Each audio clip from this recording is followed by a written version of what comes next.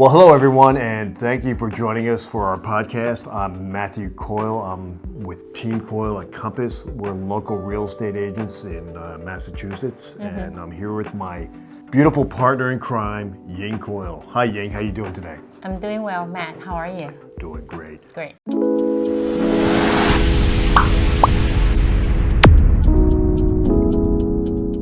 Now, before we get to your topic, I think we should talk about the news of the day. The Fed interest rate, we have to talk about that. Exactly. The Federal Reserve today decided to raise interest rates another 25 basis points. That was not unexpected, but a lot of people were hoping that they would do nothing or even more extreme, decrease cut rates, but didn't happen. And to be honest, I'm not surprised because inflation is still a problem. It's at 6%, and he even acknowledged this in his remarks.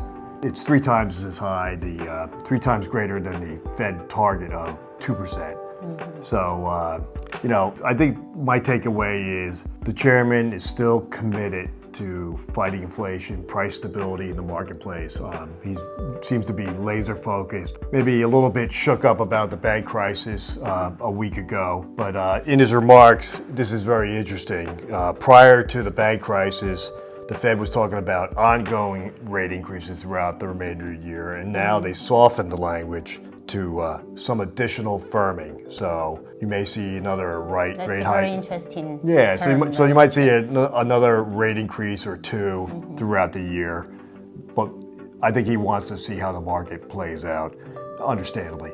But what he did say when he was asked the question was, would there be rate decreases, chance of a rate decrease this year?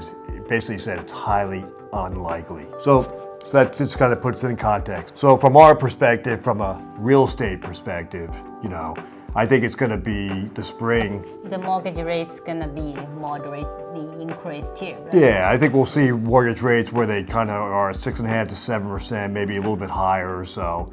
That seems to be probably where we're going to be at.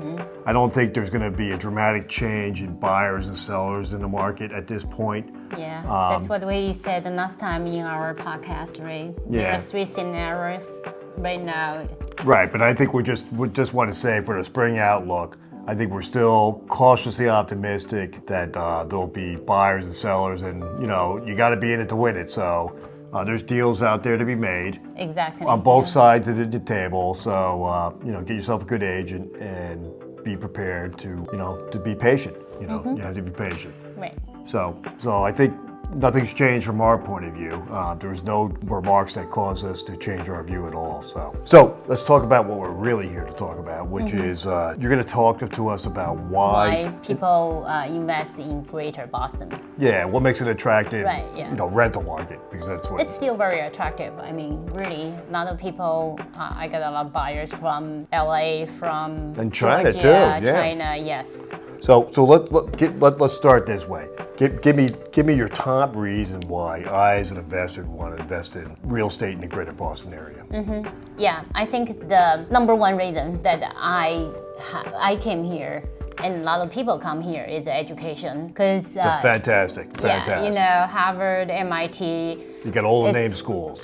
It's world-class universities. Yeah, I mean they're the best in the country, maybe even the world. Yeah. Right. Exactly. People come here, students, researchers, faculties, and they come here. They need a place to stay. And even the K through 12 schools are really good. The high schools, right. The elementary schools, yeah. And our kids went through there as well. Right. Top-ranked school systems. Massachusetts does have that. So that's an important component important. of a real estate market.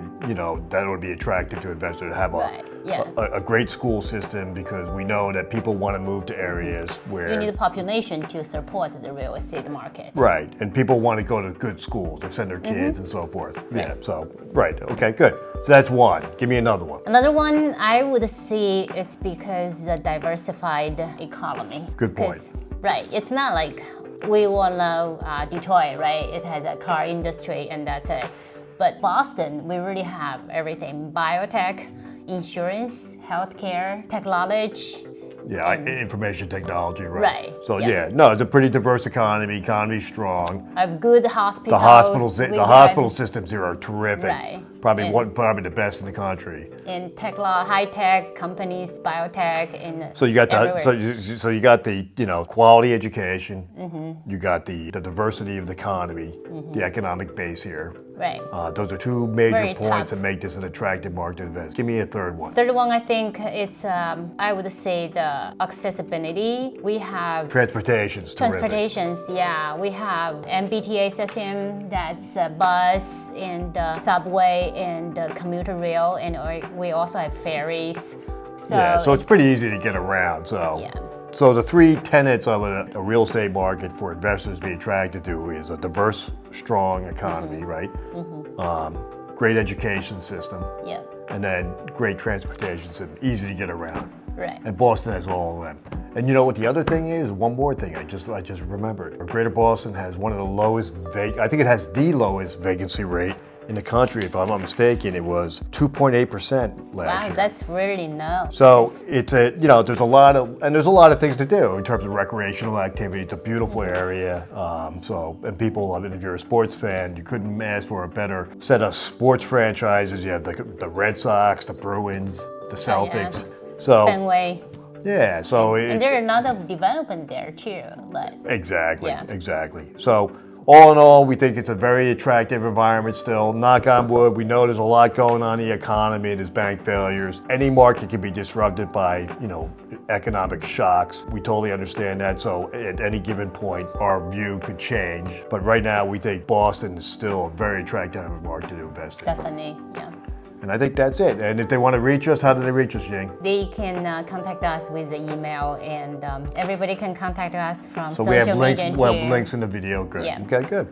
Don't forget to share and subscribe our channel. Exactly. Well, thank you for joining us today, and everyone have a great day. Thank you. Bye-bye. Bye-bye.